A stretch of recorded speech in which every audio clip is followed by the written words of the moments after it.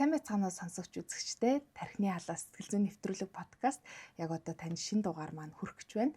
Тархины халаас нэвтрүүлэг подкаст маань сар бүрийн 15:30-ны өдрүүдэд Хэмнэл радио 91.7 болон Тархины халаас сувгуудаар та бүхэнд хүрж байгаа. За тэгэхээр өмнөх 2 дугаарын маань та бүхэн хэрвээ сонссон бол өөрийнхөө сэтгэл зүг ажиглахын сэдвийн дор цуврал дугааруудыг та бүхэнд хүргэж байгаа. За энэ удаагийнхаа дугаарт бид ямар сэдвээр ярилцах гэж байна вэ гэхээр өөрийгөө голох мэдрэмжийн талаар та бүхэнтэй ярилцах гэж байна. За энэ сэдвийнхээ хүрээнд сэтгэл зүйч Ринжмаг урьсан байгаа. За урилгын маань хүлээж авч ирсэнд маш их баярлалаа. За баярлалаа. Тэгээд өнөөдөр бас урьсан баярлалаа. Тэгээд танаа бас энэ сувгаар дамжуулаад үзэгчд, сонсогчдод уулзах боломжтой болсондоо талархаж байна. За тэгэхээр өнөөдөр би тантай ямар сэдвийн талаар ярилцмаар, хүмүүсийн бас түгээмэл тулгардаг ямар асуултуудыг асуумаар авъя гэхээр өөрийнхөө голох мэдрэмж гэдэг зүйлийн талаар ярилцмаар байгаа. Тэгэхээр таны хувьд одоо бас нэлээ олон жил сэтгэл зүйн ганцаарчилсан одоо зөвлөгөө өгч ажилласан. Тэгэхээр энэ нөгөө туршлагын явцад бас энэ асуудлаар нэлээ их одоо түгээмэл бас хүмүүс хандж исэн байх гэж бодож байна л да. Тэгэхээр хоёлаа яриагаа яг өөрийгөө голох мэдрэмж гэж яг юу юм бэ? Юунаас болоод ийм мэдрэмжтэй хүн байгаад идэм бэ гэдэг талаар ярилцаад эхлэе. Тэгэхээр ер нь тийм яг сая өөрөө чинь хэлдэгчлэн нийтлэг байдаг асуудал та өөрийгөө голох тий. Би арай чадахгүй юм болоо, би арай болоогүй юм болоо, би энэ тал дээр надад ийм авьяас байхгүй ах шиг байна тий. Эсвэл миний энэ ур чадвар дутагдчихээн ч гэдэг юм уу. Нийтлэг одоо хүмүүст бол тохиолддог зүйл. Тэгвэл өөрийгөө яг энэ голох гэдэг яг энэ одоо ойлголтыг авч юунаас эхлэлтэй тий энэ одоо юутай холбоотой вэ гэхлээр мэдээж хүн болгоны одоо кейс, хүн болгонд тулгарч байгаа асуудлууд одоо харилцан ялгаатай байгаа. Гэхдээ яг одоо нийтлэг зүйл юу вэ гэхлээр өөрийгөө голно гэдэг маань одоо нийгмийн сэтгэл одоо хөдлөлийн нэг хэсэг байгаа. Хүн хэрвээ яг одоо хүн дангаараа ганцаархна тий нийгмээр биш гам ганцаараа одоо амьдардаг байсан бол өөрийгөө голно гэдэг зүйл одоо магадгүй байхгүйсэн байж магадгүй тий. Гэтэл бид нар бол нийгмээрээ амьдардаг, хамтаараа амьдардаг. Дээрэс нь яалтчгүй хамтаараа амьдрах хэрэгтэй шаардлагатай байдаг. Жишээлхэн бол одоо хүүхэд төрлөө гэж бодъё тий бяцхан хүүхэд энэ хорвоод мэдлээ гэж бодоход өөрөө шууд хөлд ороод өөрөө шууд хоолоо олж иддэггүй тий. Үргэлж одоо хин нэгний тусламж, үргэлж хин нэгний анхаарал хэрэгтэй байдаг. Эцэг эхийн тий гэр бүлийнхний анхаарал халамж. За ингээд ирэхээр хүүхэд бол анханасаа сул дорой байгаа. Тэгэнгүүт тэр сул дорой байдлыг нь гэр бүл нь одоо нөхөж өгөөд аюулгүй тий гиз татгалан халуун дулаан байлгахт нь одоо тусалж байгаа. Яг үүнтэй адилхан хүмүүс бид нар үргэлж одоо нийгмийн хэрэгцээ бидний дунд байдаг. Дангаараа байвал бид нар сул дорой, хамтаараа байвал нэг нэгнийхээ сул дорой байдлыг нөхөөд явцдаг. Одоо нийгмийн давуу тал одоо байдаг. Гэтэл эргээд яг нийгэм дундаа ингээ байхаар тодорхой хэмжээний одоо нийгэмд тогтсон одоо хим хэмжээ гэдэг зүйл одоо үүсэж байгаа. Тэгмүүд тэр хим хэмжээний дагуу би тэр хим хэмжээнд хүрж гин үү, хүрэхгүй байна уу? Би тэр хим хэмжээнээс илүү байна уу, эсвэл дутуу байна уу гэдэг тодорхой тэр хэмжүүр одоо хүмүүст тогтцдог байна. Тэгэхээр энэ нь эргээд өөрийгөө голох, чамлах, дутуу үнэлэх, за энэ байдал руу чиглүүлэх талтай байгаад байдаг. Гэтэл ер нь бол анханасаа бид нар чинь дангаараа байвал яалтчгүй дутууд улмаг байна. Хамтаараа байж дутууд улмгаа нөхөж байгаа. Гэхдээ тэр дундуур дахиад өөрийгөө голох байдал ч үүсээд явчихж байгаа гэсэн үг тийм. Тэгэхээр та сая хэллээ шүү дээ. Нийгмийн нэг хэмжүүр байгаа. Тэр хэмжүүрт хүн одоо нийцэх эсгээ ингээд нэг сориод дээ шүү дээ тийм. Тэнгүүд би муу юм байна. Би чадахгүй юм байна. Би ингэдэм байна, тэгдэм байна гэл нэг өөрөө өөртөө нэг юм дотроо дүгнэлтүүдийг нэгсэндээ өгөөд шүү дээ тийм. Тэгэхээр үүний цаана яг ямар ерөн сэтгэл зүйн нөгөө хэрэгцээ байгаад байгаа вэ? Одоо жишээ нь хүүхэд айгүй хичээгээд байгаа нь магтуулахыг ингээ хүсдэг ч юм уу те. Тэгэхээр яг энэ өөрийгөө голох мэдрэмжийн цаадах сэтгэл зүйн хэрэгцээ нь юу байх вэ? Тэгэхээр түрүүн хэлсэн нөгөө нийгэмд бид нар яалтчгүй амьдрах хэрэгтэй болчихж байгаа. Нийгмээс тусламж авчиж байгаа юм тий авах хэрэгцээтэй байгаад байгаа. Тэгээд тухайн нийгмийн хэмжүүр буюу энэ хэмжүүрт одоо би таарж гин үү, тохирж гин үү, миний энэ зан үйл энэ одоо тий нийгэмд тохирохоор байна уу, тохирохооргүй байна уу гэдгийг хүүхдүүд одоо насанд хүрэх хүртлээр одоо тий суралцж явдаг. Ялангуяа одоо бага насны 2-3 наснд бол яг энэ нийгмийн сэтгэл хөдлөл, нийгэм донд одоо бие авч явах байдал хүүхэд одоо эхлэн одоо суралцдаг гэж ойлгож болно. Яг энэ хүүхэд илүү хилд ороод, нийгэмшээд за ингээд ирэнгүүт эцэг эхчүүд за энэ болно болохгүй гэдэг одоо дүрм журмыг одоо хүүхдэд зааж сургаж өгдөг шүү дээ. Тэгэнгүүт хүүхэд ямар нэгэн зүйл хийж үзчихэд энэ болохгүй юм байна. За тэгвэл би одоо энэ нийгэм дундаа хүлээн зөвшөөрөгдөж энэ нийгэм дундаа би амьдрахын тулд би өөрийнхөө энэ зан үйлийг одоо зохицуулах хэрэгтэй юм байна гэдэг одоо өөрийгөө нийгэмд бие авч явах байдлаа одоо тэр одоо эцэг эхийн зааж байгаа, сургаж байгаа эргэн тойрны одоо ойр дотны асран халамжлагчдын хариу үйлдэлээс шалтгаалаад энэ болох юм байна, энэ болохгүй юм байна гэдэг одоо хэмжүүрийг сурж идэг. Тэгэхээр үүний цаана юу яваад байна гэхэлэр нийгмийн нэг хэсэг байх, нийгмийн нэг гишүүн байх, нийгэмд хүлээн зөвшөөрөгдөх. Өөрөөр хэлэх юм бол одоо гэр бүлдээ хүлээн зөвшөөрөгдөх, гэр бүлдээ одоо би бас нэг талаар чухал хүн гэдгийг одоо мэдрэх хэрэгцээ байгаад байгаа гэсэн. Тэгэхээр нэгэнт одоо яг энэ нийгмийн сэтгэл хөдлөл маань одоо бага наснд төлөвшөж, бага наснаас те 2-3 наснд одоо үүсэж бий болж байгаа учраас хүүхдүүд яадаг вэ гэхээр аав ээжийн ялангуяа асран халамжлагчдын хариу үйлдэл тэдний хувьд маш чухал байдаг. Тэд нэр аав ээж нь магадгүй ууртай, дургу те царай зүс гаргах юм бол нүүрний хувирал гарах юм бол би болохгүй зүйл хийж байгаа юм байна. Би аав ээжэд таалагдахгүй байгаа юм байна гэд эргээд таалагдах зүйлсийг одоо ирж хайж хийх гэж оролцдог байгаа. За тэгээ яагаад таалагдах гээд байна гэхээр түрүүний л хэлсэн тэр нийгэмдээ тэр одоо гэр бүлийн харилцаанда хүлээн зөвшөөрөгдмөр байгаа. Тэр харилцаанда одоо өөрөөр хэлэх юм бол нэг талаар хайрлагдмаар байгаа гэсэн одоо ийм одоо хэрэгцээ цаана байгаа гэсэн. Ер нь бол хүний суур одоо үндсэн 2 хэрэгцээ байна гэж эрэг сэтгэл таслаар үздэг л дээ. За энэ нь юу вэ гэхээр эхнийх нь бол хайрлах хэрэгцээ. Хоёр дахь нь ойлгох хэрэгцээ гэсэн. Тэгэхээр ерөөсөө энэ одоо гол одоо ойлгох хэрэгцээ буюу нийгмийн хэрэгцээ, нийгмийн сэтгэл хөдлөл одоо суур нь одоо яг энэ зүйлтэй холбогдно гэж бас ойлгож байна тийм. Тэгэхээр ерөөсөө тэр гэр бүлч вэ нүү, одоо найз нөхөд вэ нүү, ажлын харилцаа нүг л ингээл бүхэл харилцааны орчинд хүн би энэ хүмүүсийн нэг хэсэг шүү. Би энд чухал байр суурьтай шүү. Намайг ойлгодог, хүлээн зөвшөөрдөг. Тэгээ би ч гэсэн энд хувь нэмрээ оруулдаг гэдэг тэр сэтгэл зүй хэрэгцээгээ хангах гал түүний нөгөө тал эсрэгээр нь одоо өөрийгөө голох тийм байдлууд нэгсэндээ үүсээд байдгаа гэж ойлголоо шүү дээ. Тэгэхээр нэг хүмүүсийн харилцаанд донд одоо өөр дээрээ ч гэсэн би ингээ бодохоор бас нэг ийм зүйл байна л да. Өөрийгөө голох мэдрэмж юусоо байхгүй байна гэж бол байхгүй байх тийм. Яг одоо за жишээ нь би ингээд нэг ангид одоо суралцчихлаа гэж бодоход манай ангийн тэр хүүхэд тэр оюутай ийм сайн чаддсан юм. Тэгэхээр би арай чаддгүй юм чи ингэх хэрэгтэй мэн. Энэ мундаг юм за тэгвэл би ингээ гэдэг ч юм уу. Бас нэг ингээ харьцуулж угаасаа бодоод шүү дээ тийм. Түүнийхээ дараа би юу хийх үү? Яаж төлөвлөх үү ч гэдэг юм уу нэг үйлдэлээ хийх гэдэг. Өөрийгөө голох ингээд мэдрэмжид маань нэг хэвийн болон хэвийн бус гэдэг нэг тийм шугам байгаа юм шиг санагдаад байгаа байхгүй. Өөрийгөө голлоо. Тэгсэн ч гэсэн за би ингэчий гэд нэг шийдэл гаргах. Эсвэл өөрийгөө голлоо. За би угаасаа л чаддгүй тий. Би угаасаа л муу гэд улам өөрлөгөө юм сөрөг дүгнэлтийг өгөөд байгаа бас нэг юм тохиолдлууд ажиглагдаад байгаа байхгүй. Тэгэхээр ийм хэвийн бус гэдэг зүйл байх уу? Ямар тохиолдолд яг ийм хэвийн бус гэдэг чинь категорид хамаарах уу? Тийм тэгэхээр өөрийгөө голно гэдэг нь ер нь цаана одоо өөрийгөө нэг голоод чамлаад дутуугаар мэдрээд штэ тий би яг энэ хэмжээнд хүрч чадахгүй байна би ийм сул талтай байна ч гэдэг юм ингээд дутуу дулимгаар мэдрээд байгаа мэдрэмж яваад байна. Гэтэл хүн болгонд ер нь нийтлэг үргэлж сайн байх хүсэл, үргэлж одоо төгс рүү тэмүүлэх хүсэл тэмүүлэл байдаг. Үргэлж сайжрах, суралцах тий хэрэгцээ одоо тийм одоо хүсэл эрмэлзэл үргэлж байдаг. Гэтэл мэдээж нөгөө 10 хуруу тэгш хүн хаанч байхгүй учраас хүн үргэлж одоо өөрийгөө сорж өөрийгөө чаленж хийж суралцаар байдаг тий.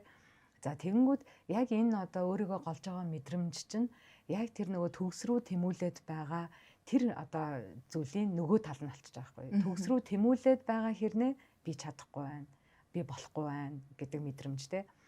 Тэгээд үүний цаана давхар хэрвээ нийгмийн хэм хэмжээнд хэрвээ тохирсон ямар нэгэн одоо зан үйл ч юм уу те одоо амьдрал хэв маягаа одоо гаргаж чадахгүй бол нэг талаар өөрийгөө галж байгаа, нөгөө талаар энэ өөрийгөө голж байгаа нь ичүүр гэсэн мэдрэмжтэй бас холбогдож байгаа.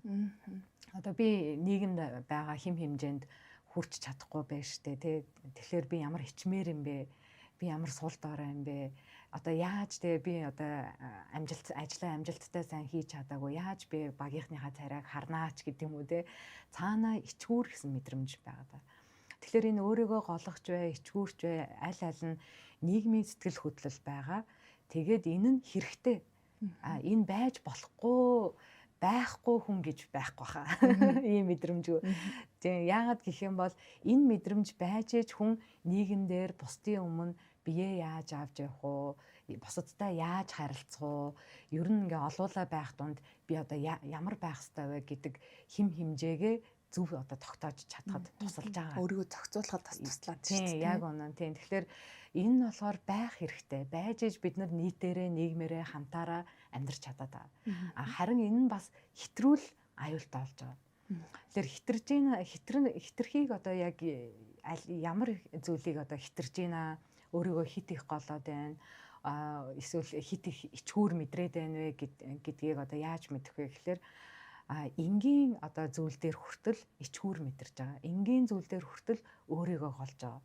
За тэгээд энэ нь өдөр тутмын одоо амьдралд одоо ажил амьдралын хэм маягт одоо сөргөөр нөлөөлж байгаа. Магадгүй одоо хийж чадах зүйлээ бүр хийж чадахгүй хүрч байгаа. Энэ тохиолдолд хитэрж байна гэж ойлгож байна. Тэгэхээр ер нь бол яг энэ өөрийгөө голох, ичих, ичгүүрийн энэ мэдрэмж нь тодорхой хэмжээний юм завиуртай мэдрэмж байгаа. Завиуртай. Ер нь нэг тийм таатай биш шүү дээ. Өөрийгөө голоо тий эсвэл хичээл энэ чинь юм таатай биш. Гэхдээ үүнийгээ ойлгоод засаж залруулад эсвэл сайжруулад ч юм уу эсвэл би ийм юм чадахгүй байгаа юм байна гэж хүлээн зөвшөөрөх ч гэдэг юм уу. Энгийн ингээд процесс явж ивэл болж байгаа энэ одоо байх зүйл. Харин өдөр тутмын ажил амьдрал өдөр тутмын одоо хэвийн үйл ажиллагаанд саад болох хуйцаар нөлөөлж ивэл эргээд энэ нэлээ юм хортой байна. Хортой одоо ичгүүр, хортой юм өөрийгөө голох байдал руу шилжиж байна гэж ойлгож байна. За энэ нь цаашлаад хүндэрх юм бол бүр одоо сэтгэл зүйн одоо эмгэг тэ сэтгцийн эмгэг хүртлээ одоо хүндрэх эрсдлүүд бас дагалддаг байна. Сая таныг ичгүүр гэд хэлсэн чинь шууд нөгөө сошиал медиаг хүмүүс нөгөө шууд хүлээж аваад яадаг билээ гэдэг нөхцөл байдал шууд төсөөлөгдлөө л доо. Ялангуяа одоо миний бас анзаарч ажиллаж байгаагаар өсвөр насны хүүхдүүд тэгээ сэтгэл зүйн хувьд нэлээд бас юм эмзэг докторгүй байгаа үеийнхэн. За тэгээд төрсний дараа одоо гэртээ хүүхдээ хараад байж байгаа ээжүүд маань яг ийм өөрийгөө голох мэдрэмж их өндөртэй байгаад идэг юм шиг ингээд санагддаг. Яг хөө тэгэл одоо нөгөө инфлюенсер, олонний танил гэж байгаа хүмүүс маань одоо сайхан юм аль сошиал дээр харуулж байгаа ч ингээд байнга хэцүү байсан, стресстэйсэн тийм юмнуудаа харуулахгүй байгаа штэ. Тийм байсан ч ингээл та нар маань мундаг шүү ч юм уу ийм зүйлсийг хэлж байгаа ч гэсэн эргээл нөгөө яг одоо тэр постыг, тэр сториг ч юм уу, бичлэгийг ч юм уу харж байгаа хүмүүс маань ямар гоё юм бэ? Олон хүүхд гаргачаал ийм гоёороо ингэ байж байгаа юм. Тэгэхэд миний байж байгаа гэдэг ч юм уу те. Эсвэл нөгөө өсвөр насны хүүхдүүд маань ямар гоё юм ихтэй вэ? Ямар гоё залуу вэ? Тэгтэл би миний нүур юм байна, миний царай юм байна, гадаад эдлийн юм байна гэл бас нэг өөрийгөө ингээ голох байдал руу ороод байдаг юм шиг санагдаж байна. Тэгэхээр сошиал медиа ер нь энд хэр их ингээд нөлөөлж байна. Ийм өдөө хүчин зүйл нь болж байна. Мэдээж маш том одоо хүчин зүйл болж байгаа тий. Сошиал медиа магадгүй одоогийн шиг ийм одоо хөгжөөгүй үеийг одоо харьцуулах юм бол тий тэр үед магадгүй хүмүүс байгаа байдалтай сэтгэл хангалуун л амьдардаг байсан байх. Гэтэл сошиал медиа хөгжихийн хэрээр бусад хүмүүс хэр амьдарч байна, харин би одоо тэрнтэй харьцуулахад яаж амьдарч байна гэдгээ ингээд өөрөө өөртөөгөө одоо бусдын сошиалд байгаа одоо идеал болсон тий олонний танил болсон хүмүүстэй харьцуулаад эргээд өөрийгөө голох байдал илүү нэмэгдэж байгаа. Ялангуяа тийм өсвөр насны хүүхдүүд бол тий сошиал медиа дээр тавигдсан байгаа инфлюенсер магадгүй одоо топ модельч гэдэг юм уу одоо гоё те үзэсгэлэнтэй сайхан гадаад байдалтай нэлээд харьцуулаад гадаад байдалтай өөрийнхөө гадаад байдлаа бас харьцуулаад өөрийгөө голох, чамлах байдал одоо нийтлэг байдаг. Үүнээс үүдээд одоо өсвөр насны хүүхдүүдийн өөртөө итгэл маш их ундаг те багасдаг ч гэдэг юм уу иймэрхүү тохиолдлууд бол нийтлэг байгаа. Тийм. Тэгэхээр мэдээж түрүүн хэлсэн нөгөө харьцуулах зүйл ингээд явагдаад байгаа. Ялангуяа өсвөр насны хүүхдүүд бол би бусдад яаж харагдаж байгаа бол бусад хүмүүс намайг юу гэж үнэлж, юу гэж харж байгаа бол гэдэг маш чухал одоо үе байдаг. Тэгэхээр энэ бас нэг талаар одоо тархины хөгжлийн одоо нэг чухал үе байгаа. Өөрөөр хэлэх юм бол эргээд бас түрүүн хэлсэнтэй 2-3 насны нийгэмдэр хүүхд хэл яриа дөнгөж хөгжиж эхэлж гин яаж бие авч явах вэ гэдгийг гэр бүлийн орчинд суралцж байгаа бол өсвөр насны хүүхдүүд илүү нийгэм те анги хамт олон найз нөхөд одоо олон нийтэд би яаж харагдаж байгаа бол би яаж үнэлэгдэж байгаа бол гэдэг одоо зүйл нь хөгжиж эхэлдэг. Тийм өөрөөр хэлэх юм бол адилтгал одоо бий болж байгаа. Тэгэхээр өөрийгөө бусадтай адилтгаж инфлюенсер, жүжигчин, дуучин гэдэг юм одоо тий олонний нүдэн дээр ил байгаа хүмүүстэй өөрийгөө адилтгаж магадгүй заримыг нь даган дуурайх үзэгдлүүд явагддаг тий энэ бас одоо хөгжлийн нэг хэсэг байгаа. Гэхдээ эргээд хор хохиролтойгоор би өөрийгөө голох тий гадаад үзмжээрээ байдлаараа голох байдал бас үүсч болно. Ер нь бол энэ нийтлэг байдаг тий. Тэгэхээр одоо нэг ийм юу байгаа шүү дээ. Хэдийн ингээд одоо чинь өсвөр насны саяны ярьсан жишээгээр ингээд аваад үзэхээр хэдийн ингээд өөрийгөө голоо жоох сөрөг байдлаар ажиглагдаад байгаа боловч энэ угаасаа л хөгжлийн ингээд процесс явагдах ёстой зүйл ингээд нэг дайраад өнгөрөх яг зам нь агаад шүү дээ. Тэгвэл яг ингээд ямар хүмүүсийн хувьд яг энэ замаа туулчаад ямар хүмүүсийн хувьд өөрийгөө голох мэдрэмж нь ингээд нөгөө хэвэн гэдэг тэр зүйлтэй хамаарат ямар хүмүүсийнх нь бүр нөгөөх дээрээ тулгуурлал улам сэтгэлээр унаал гутраал ийм зам руу ингээд яваад байна. Одоо ингээд харилцаан дээр хүмүүсийг ингээд ажиглан гот тэгдэг шүү дээ. Нэг гадаад үзэмж энтертэй нэг таадаг. Би өөртөө л тогтой байвал тэгэл хамаагүй гэдэг ч юм уу те. Зарим хүмүүсээ бусдад хор охирол учруулахгүй л те миний дуугаа байна уу их ярьдаг байна уу тэр нэг хамаагүй те хүмүүс намайг юу гэж бодох хамаагүй те ч гэдэг юм нэг ингэцэн хүмүүс агаад идэх шүү дээ. Тэгэл бусд хүмүүс харахтаа ямар гоё юм бэ? Ийм сайхан эрхчлөөтэй тайван болохын цааж гэж боддог ч юм те. Тэгэхээр яг ямар хүмүүсийн хувьд тэр нөгөө хөгжлийнх нь явцад те ямар байгаад хэвэн гэдэгтээ ороод байна. Ямар нь нөгөө сэтгэл зүйн хэрэгцээгээ хангаагүй ч юм уу юу дутуу байсан болохоор магадгүй нөгөө хэвэн бас болчиход байна өөрийгөө голох мэдрэмж. Тэгэхээр зарим нь өөрийгөө голох нь бага, зарим нь өөрийгөө голох нь их болоод байна шүү дээ, тий. Тэгэхээр мэдээж яг өсвөр наснд бол адилтгал бол байх зүйл. Хүн өөрийгөө би хүн болж одоо төлөвшөж байгаа учраас тэр зүйл байна. Тэгэхээр энийг болохоор би илүү суур үзэлтэй илүү холбож бас тайлбарлахыг хүсэж байна л да. Суур үзэл гэдэг нь юу вэ гэхээр тухайн хүн бага насндаа одоо өссөн орчин буюу гэр бүлийн одоо орчинд ямар суур үзэл давмгаалж байсан бэ? Ямар үгийг эцэг эхээсээ асран халамжлагчаасаа нийтлэг сонсож байсан бэ? Энэ нь болохоор тухайн хүний суур үзэл болоод одоо тогтцдог байна.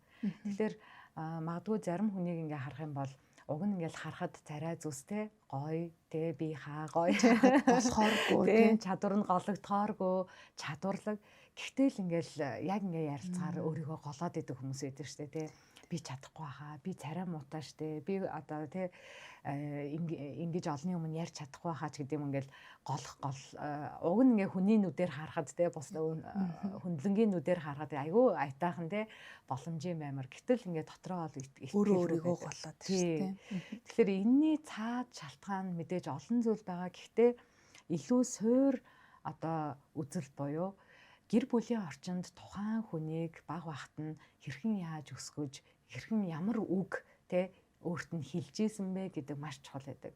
Магадгүй багаас нь те чи чадахгүй чи ямар бүтлгүй юм бэ дандаа л чи ингийн ч гэдэг юм уу одоо иймэрхүү одоо сөрөг те өөрийнхөө талаарх сөрөг үгийг гэр бүл эцэг эхээсээ маш их сонсож өссөн хүүхэд одоо насанд хүрчээд магадгүй аав ээж нь тэр үгийг одоо хэлэхээ болчихсон. Хин ч эргэн тойрны хүмүүс хэлэхгүй байгаа. Гэхдээ л насанд хүрсэн хэрнээл би чадахгүй штэ би угаасаа л бүтлгүй штэ гэдэг дуу хоолой дотор нь одоо хадгалагдсан байдаг.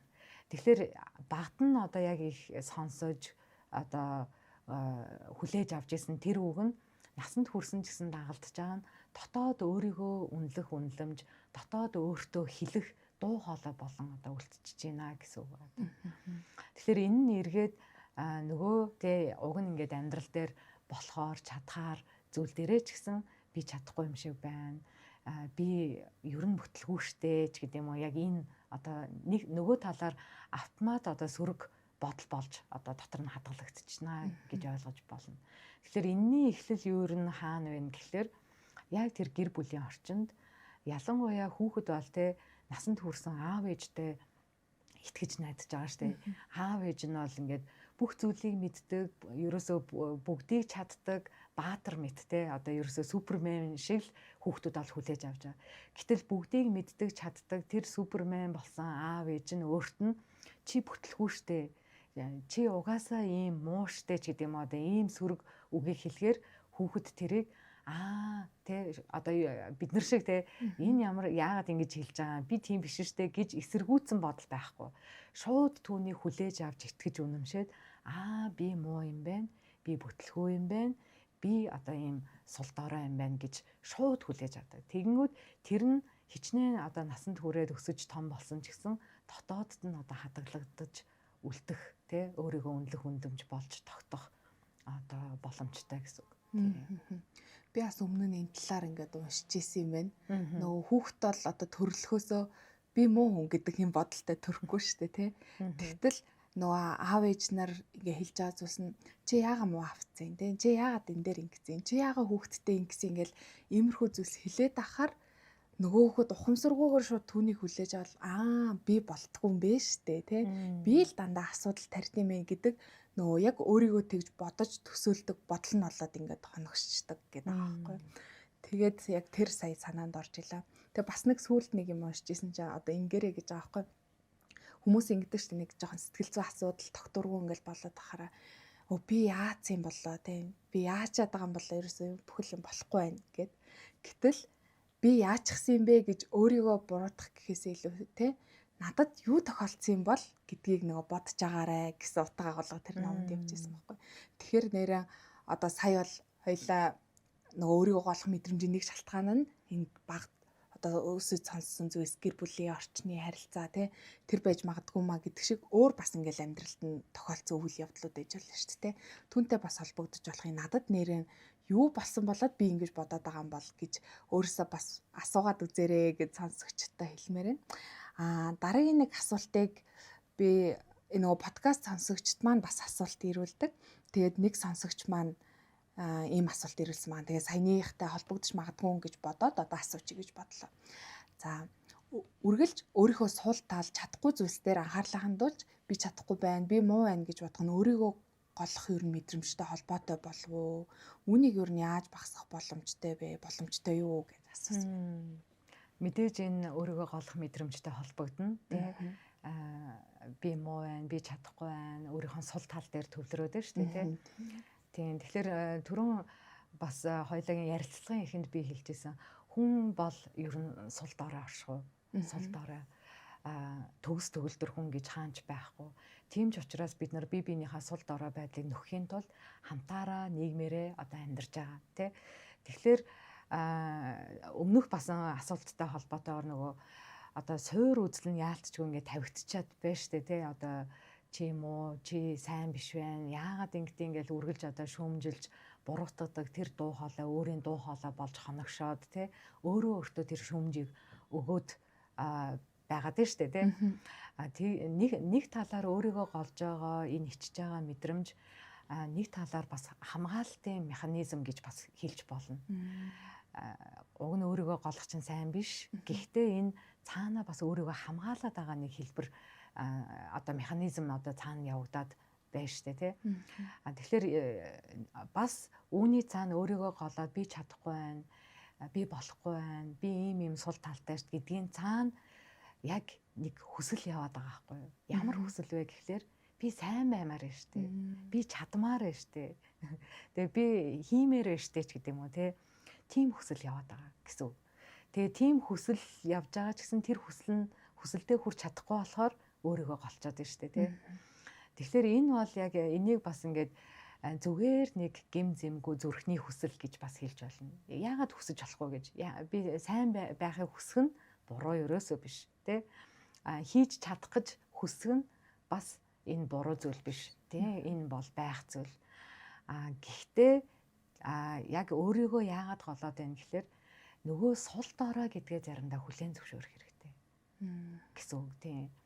Ерөөсөө яг энэ өөрийгөө голж байгаа, ичж байгаа энэ мэдрэмжийг одоо тий энэ чинь нөгөө байх мэдрэмж штэ. Байж иж бид нар нийгэмдэр биеэ зөв авч яваад тий ингээд хөгжиж байгаа штэ. Амьдраад яваад хөгжөөд яваад хитэрчүүл аюултай гэдэг. Тэгвэл хитрүүлэхгүй тулд юу хэрэгтэй вэ гэхээр өөрийнхөө сул дорой гэдгээ зарим тал дээр сул дорой гэдгээ хүлээн зөвшөөрөх хэрэгтэй. Зарим зүйлийг үнэхээр одоо тий үнэхээр солгоо хоолойтой хүн бол яалтч одоо хүлээн зөвшөөрөхөөс өөр аргагүй. Тэр энэ эргээд тайвшруулчихна тий. Энэ нь эргээд одоо хүлээн зөвшөөрөөд за тэгтээ би гоё одоо дуулж чадахгүй ч гэсэн магадгүй гоё бүжгэлдэг байж болно шүү дээ тий. Тэгэхээр дутуу зүйлээ бас хүлээн зөвшөөрөх нь маш чухал. Тэгэхээр яг саяны сонсогчийн маань гол асуултын хариулт бол энийг засаж залруулах боломжтой. Тийм тэгээ миний хувьд бас одоо тамирчидтай бас их ажилдаг. Тэр тамирчидтай ажиллахад бас яг ийм өөрийгөө голох, өөрийнхөө алдаа, дутагдал дээр илүү төвлөрөх. Тэгээд бүр илүү одоо нэг чадахгүй байгаа мэдрэмж одоо төрөх тохиолдлууд их байдаг.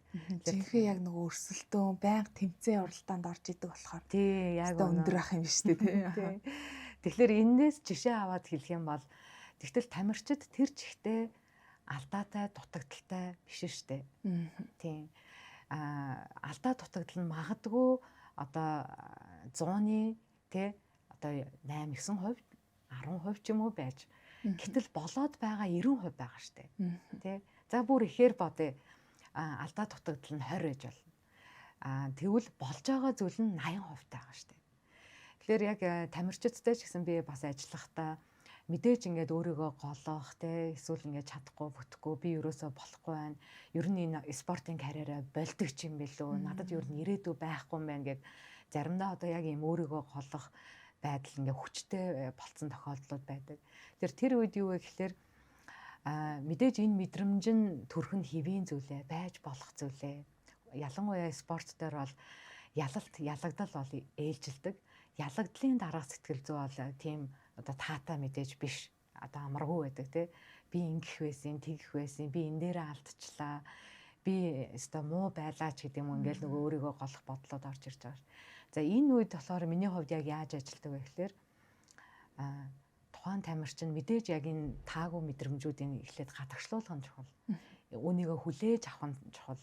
Үүнийг нь те шүүмжлэхгүй эсвэл шууд таслаал те тэгж бодож болохгүй штэ гэж юусоо хэлэхгүйгээр байгаа мэдрэмжийг гадагшлуулад үүний дараа тайвширсныхан дараа нь за тэгвэл энэ удаад алдсан байна. Гэхдээ болж исэн зүйл юу байсан бэ? Өнгөрсөн хугацаанд энэ олон жил чи хичээлэхэд чиний сайн чаддаг, болдог зүйл юу вэ гэж өөрөөр нь бодуулна, эргцүүлнэ, яриулна. Тэгээд өөрийнхөө давуу байсан, болдог байсан, чаддаг зүйлүүдээ ингээ хүн чинь илэрхийлээд, яриад, гаргаад ирэхээр би чинь тэр чигтээ алдаа биш юм бэ штэ. Тэр чигтээ би муу биш юм бэ штэ. Надад сайн чаддаг зүйлсүүд байдаг.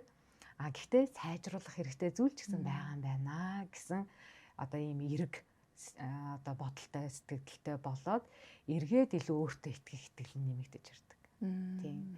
Тэгэхээр яг энэ сонсогчдод юу гэж хэлмээр байна гэхээр танд бас сайн чаддаг зүйл байгаа. Таны одоо магадгүй одоо өөрөө ч мэдэхгүй сайн чаддаг зүйлүүд бас байж болно. Хүн магадгүй өөрийгөө хитрхий голдог хүн өөрийнхөө сайн талыг ч олж харж чадахгүй байх тохиолдлууд бас байдаг. Хитрхий голсороо. Тэгвэл та өөрийнхөө итгэж болох ойрын 5 хүн дээрээ очиод миний сайн талыг, миний сайн чаддаг зүйлийг надад яг үнэн чударгаар хэлж өгөөч гэж хэлээд яг ойрын найз байж болно, ажлын хамт олон байж болно 5 хүнээсээ ядаж 3 сайн талуудаа, давуу талуудаа асуугаад тэмдэглээд авчих. Тэгэхээр таны олж хараагүй давуу талуудыг таны эргэн тойрны хүмүүс харсан байгаа. Тэгээ хэлж өгөн. Тэрийг та яг итгэж хүлээж аваад би ийм давуу талтай юм байна штэ. Тэгэхээр сул тал байгаа, тэрийг хүлээн зөвшөөрөх нь чухал. Гэхдээ танд давуу тал байгаа. Давуу талаа өөртөө сануулж, түүнийг хүлээж авч, давуу тал дээр илүү төвлөрөх юм бол илүү өөртөө итгэх итгэл маань улам нэмэгдэнэ гэж хэлмээр байна. Тэр сая бүр айгүй чухал санаанууд хэлсэн юм шиг ингээ надад санагдаж байна л да. Нэг одоо нөгөө та тэгсэн штэ. За би ийм юмнуудыг чаддсан байна. За ийм юмнууд дээр алдсан ч гэсэн юмыг сайжруулах хэрэгтэй мэн гэд сайжруулах хэрэгтэй гэдэг үг хүмүүс энийг баг ингээд толгойдоо бодоод авчвал айгүй чухал нөгөө автоматар сөргөөр бодоод байгаа бодлоод байгаа шүү дээ. Тэдгэрийг бууруулахад их чухал юм шиг санагдлаа. Муу байлаа гэд угаасаа бүр ямар засваршгүй юм уу гэсэн үг биш шүү дээ, тий. Сайжруулах боломжтой гэсэн үг шүү дээ. Тэгэхээр угаасаа болохгүй гэдэг өнцгөөс нь хараад тэрэндээ хямрахаас илүүтэй за ингээ сайжруулчих жоох хугацаа хэрэгтэй. Тэгээ одоохондоо чадаагүй юм байна гэж бодчих юм бол арай сэтгэлд ингээ бас нэг хөнгөө ингээ бодогдох юм шиг санагдлаа. Тэгээд бас нөгөө бусад хүмүүс ингээ харахад тухайн хүнийг ингэж өөрийгөө голдог байсан юм уу гэж магадгүй бодхооргүй зүйлс төр хүртэл хүн өөртөө л ингээл дүгнэлт өгөөл идэг шүү дээ. Тэгэхээр тэрэн дээрээ хүртэл ингээд ажиллах боломжтой. Нэг ойр татны 5 хүнтэйгээ ярихад хүнээс нэг жоохон л цаг зартнуу гэхээс ямар нэгэн мөнгө гарлагдахгүй, ямар нэгэн зүйл байхгүй болчихгоо харин ч илүү гоё нөгөөндөөш таатай, өөрт нь ч гэсэн таатай мэдрэмж төрүүлэх тийм гоё мөчөө байх гэж бодож байна. Түрүү нэг яригдчихад нэг одоо дутуу өнгөрөөцсөн зүйлийг эргээд нэг асуух хэрэгтэй санагдаад байна л да. Нөгөө өөрийнхөө голох мэдрэмж ингээ үргэлжлээд байхаар цаашлаад ингээд өөр сэтгэл зүйн асуудлуудыг дагуулад идгаа гэж ярьж ирсэн шүү дээ. Тэр үүн дээр тулгуурлаад ер нь ямар сэтгэл зүйн асуудлууд нийтлэг хүмүүст үүсэх одоо магадaltaй байдаг вэ? Тэгэхээр энэ өөрийгөө голох чинь нийгмийн сэтгэл хөдлөл гэж бид нар яриад хэлсэн байгаа тийм. Тэгэхээр нийгмийн төгшөөр бас үүсэх эрсдэлтэй гэсэн.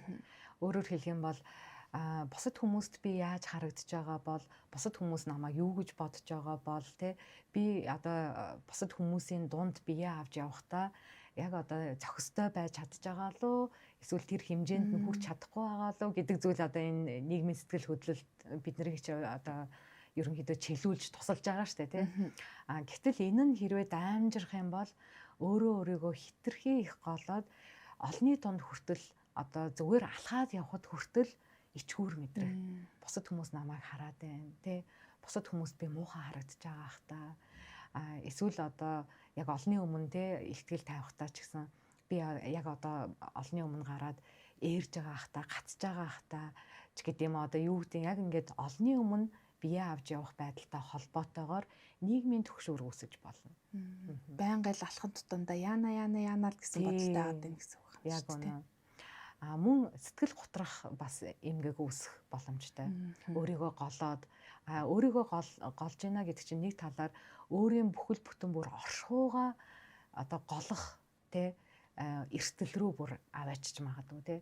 Би юу н амьдрах ёсгүй хүн байсан юм биш үү? Би юу н энэ хорвоо төрөх ёсгүй байсан юм биш үү ч гэдэг юм уу? Бүр хүндрүүл штэ тий. Одоо голсоор агаад бүр өөрийгөө бүр ингээд амьдрах ирэхгүй мэт үзэх тий.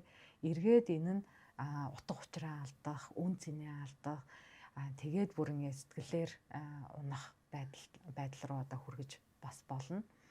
За мөн одоо нөгөө хоолны эмгэгүүд гэдэг штэ хит их идэх, эсвэл одоо бүр одоо идэхгүй байх ч гэдэг юм уу тий. Энэ нь ч гэсэн бас ер нь бол өөрийгөө голох байдал нь хүндрээд л байвал би ер нь хоол тий одоо нөгөө анорексия буюу тий нөгөө хоол идэхгүй байдаг одоо тэр эмгэгч чинь талент харахаар л бүдүүн харагдаал тий тэгээл хоол идэхгүй улам ингээл тураал уг нь ингээ харахад нэлээд юм туранхай хэрнээл өөрөө харахад одоо ингээд тархан байгаа мэдрэмж аваад тий дахиад турах хэрэгтэй юм шиг тэр чин давхар өөрийгөө голоол юм гэсэн үг байгаа байхгүй тий гих мэтчлэн одоо ийм цаашлаад өөрийгөө голох, ичих, тэ хортой ичгүүрч гэдэг юм. Энэ болгон цаашлаад сэтгэл зүйн юм асуудлууд, эмгэгүүдийг үүсгэх эрсдэлтэй.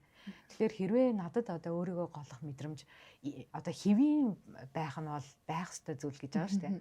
Хэрвээ танд ингээ хитэрсэн юм шиг санагдчихэвэл энгийн одоо яг одоо хүмүүсийн дунд бие авч явах, ажил төрөл, амьдрал ахуйгаа ингээд авч явхад өдөр тутмын үйл ажиллагаанд саад учруулах үец маш их тийм сөрөг бодол орж ирж тэ магадгүй миний хэлэх, ярих, үйлдэх, ажиллах энэ зүйлд одоо нөлөөлж ивэл ер нь нэг анхаарлын тэмдэг өөртөө тавиад за би энэ дээрээ ажиллах хэрэгтэй юм байна шүү гэж одоо анхааруул их зүгээр.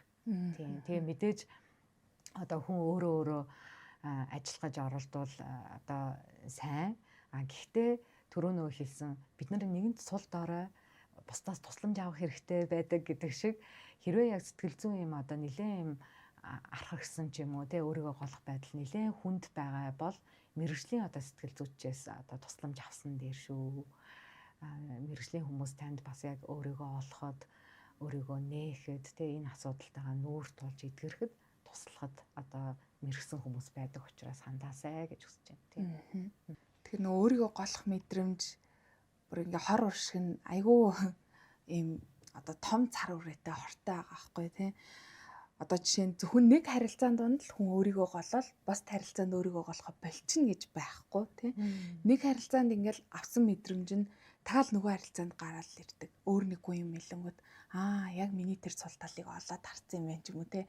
Эсвэл яг намайг тэгж хэлээд байгаа юм байна гээл өдөөгдөл яаддаг. Дахиад шинэ харилцаанд ороод ингэнгүүт яг энэ үү намайг тэгэл ботчлоо л доо гээл ингээл дүгнээд идэх ч юм уу. Ингээд хор өнөөл нь бүр айгүй өргөн цар үрээтэй гэх юм уу. Ингэж санагдчихээн. Одоо хоёулаа ингээд подкаста сая бол ингээд нөгөө өөрийгөө голох мэдрэмжээ ол нилээ ингээд ярьчлаа ш. Тэ хүнд ингэж нөлөөлт юм.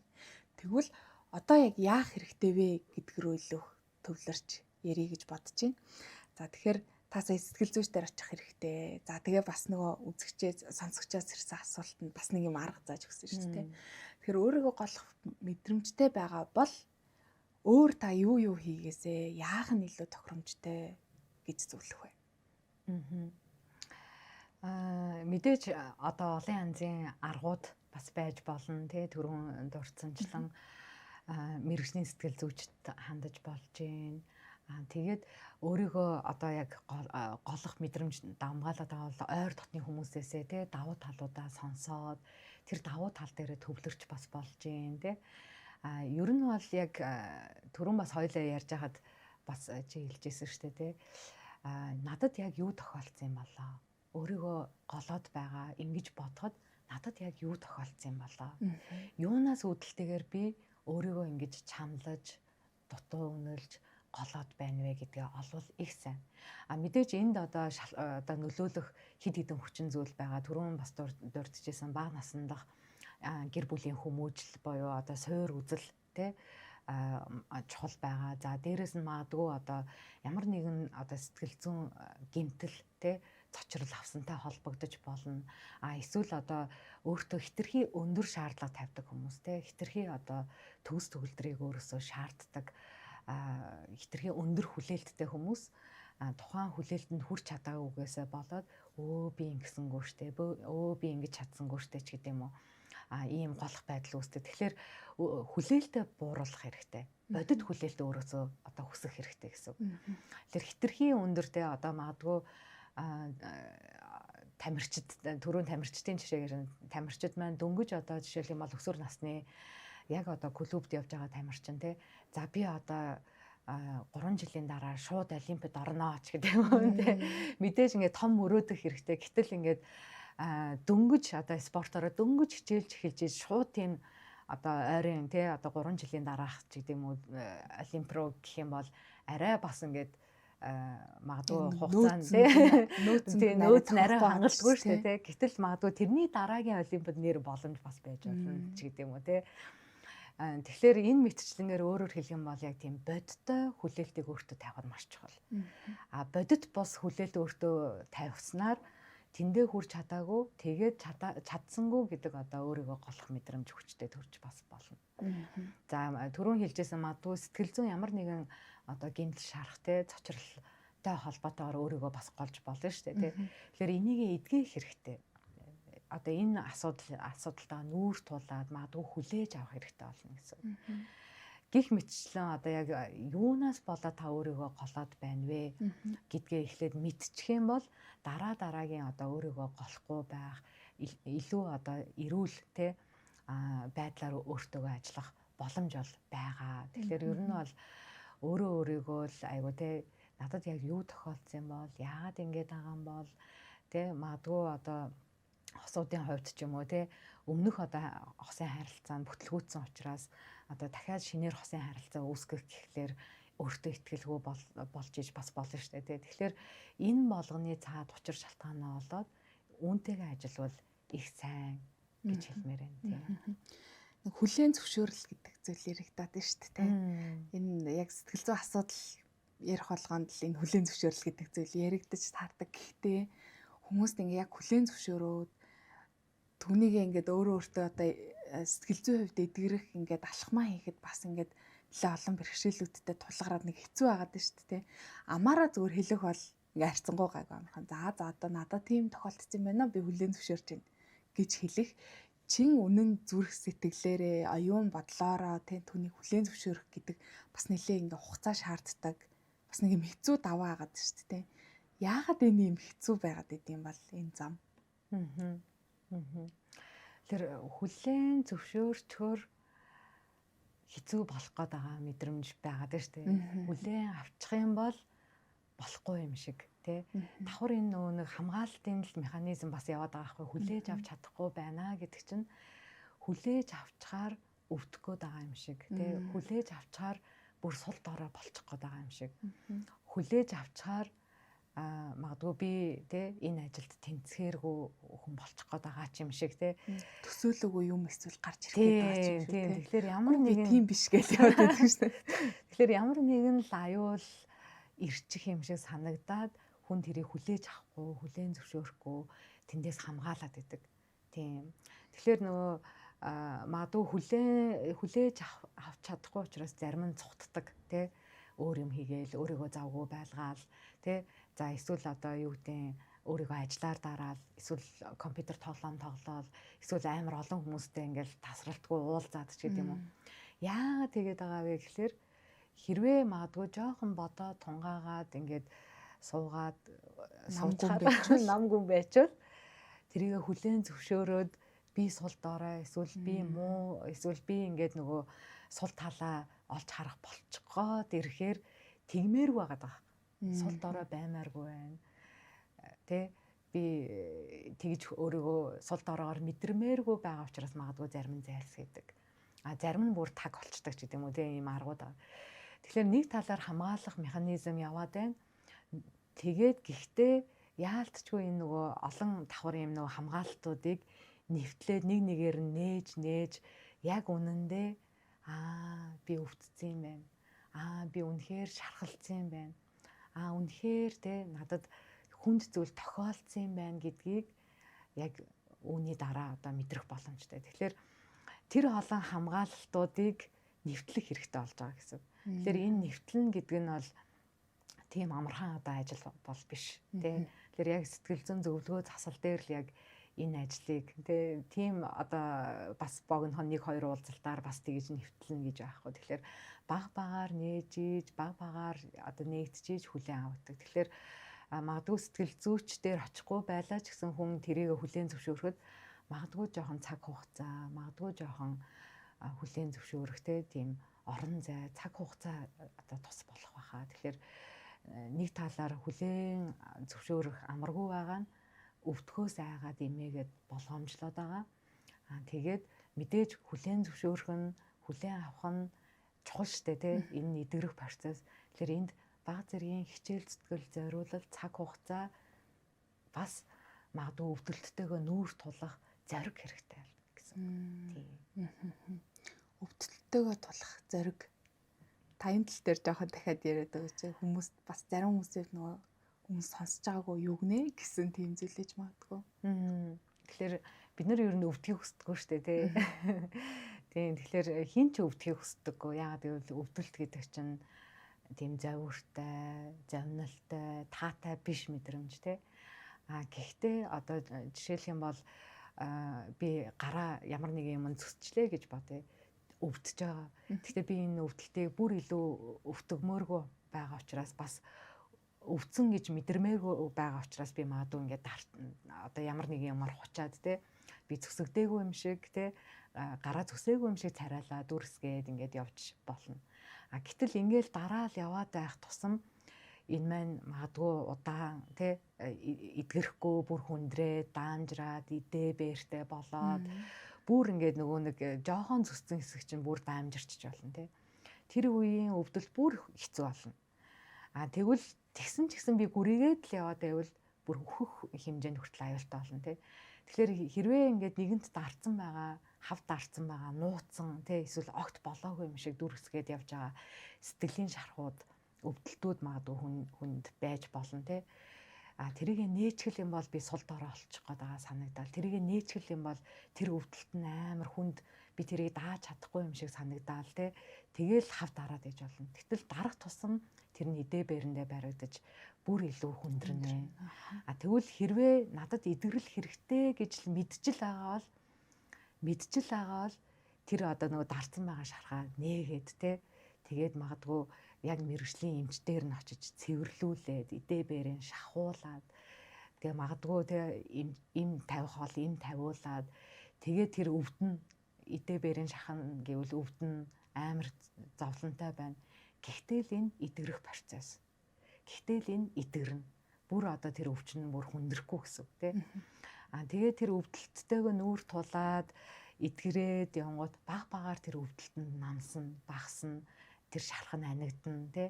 Тэгээд яваандаа зүгээр л нэг сорив болж үлдэнэ. Идгэрсний дараа завүрг болно. Тэгээ сорив хараад тэр үед би нэг ингэж гараа зөксөж илээ гэдэг одоо тий дурсамж бол үлдэнэ. Гэхдээ тийм өвдөлт завүрг болно гэсэн. Тэгэхээр ерөөсөө л надад сэтгэлийн шарах байна. Надад ямар нэгэн тий ажиллах ёстой, тулах ёстой ямар нэгэн асуудал байна гэдгээ мэдчихлээвэл эрт эхлэх тусмаа л идэрэх процесс хурдан явагдана. Эрт эхлэх тусмаа л бүр тэр даамжирч хүндэрч те бүр шинж тэмдэг нь одоо даамжирч амьдралд бүр хортой нөлөө үзүүлэхээс урьдчилж сэргийлэх боломжтой л гэсэн. Тэгэхээр ямар нэгэн завиур байгаа л бол зориг гаргаарай.